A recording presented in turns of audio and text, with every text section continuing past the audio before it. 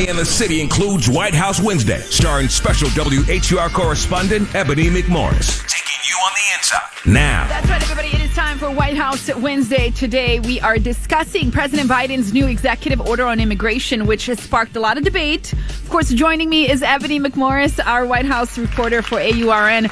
And I know you brought on a guest with you to explain the pushback from many organizations, Ebony. But first, can you break down what this executive order entails and its immediate impact? Hey, Sonny. Yes, effective today, President Biden's executive order trying to secure the border went into effect at 12:01 a.m. Essentially, it bars migrants who cross the southern U.S. border unlawfully from receiving asylum. And so here's the breakdown. Now there is an asylum cap of 2,500. So when over that amount of people cross per day, asylum claims will be suspended. Right now, we're getting about 3,500 a day, which means as of this morning, the border is shut down. These rules will stay in place until the number of crossings drop below 1,500 per day for 2 weeks. Now, we have not seen those types of numbers since July of 2020, and that was during COVID. There are some exceptions. Unaccompanied children and trafficking victims will still have protections. There's also a new docket that aims to resolve immigration cases faster,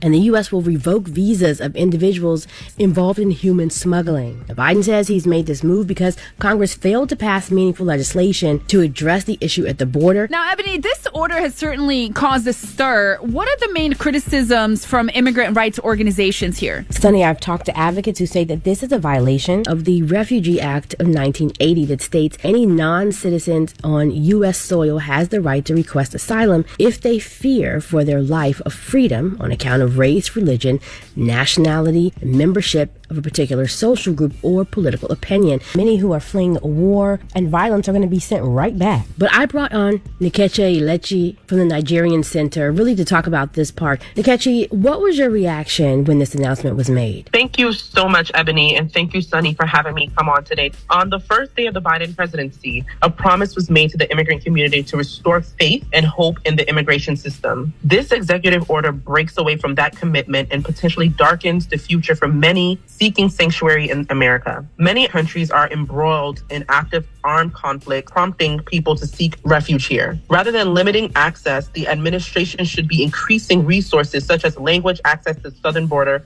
for those seeking protection in America. Thank you so much, Nkechi. What is your biggest fear? So when you even think about immigration in the U.S., typically you don't think about the Black and African Caribbean immigrants. And so we believe that this even pushes a further strain on those that did all that they can to come to this country and do it the legal way. And it further puts a strain on African Caribbean immigrants' access to naturalization eventually. Look, Sonny, this issue of how to control the border has really not been taken care of by any recent administration, period. But we are going to be discussing this. I'll be posting interviews with various immigration organizations about what should happen because there is a crisis that is going on. The DMV area has a very large immigrant population, and it's an issue that's become increasingly important, especially during an election year. Absolutely. And Nkechi, I want to get to you first. Where can people find out more about your information online? Thank you so much again, Ebony and Sonny, for having me. You can go to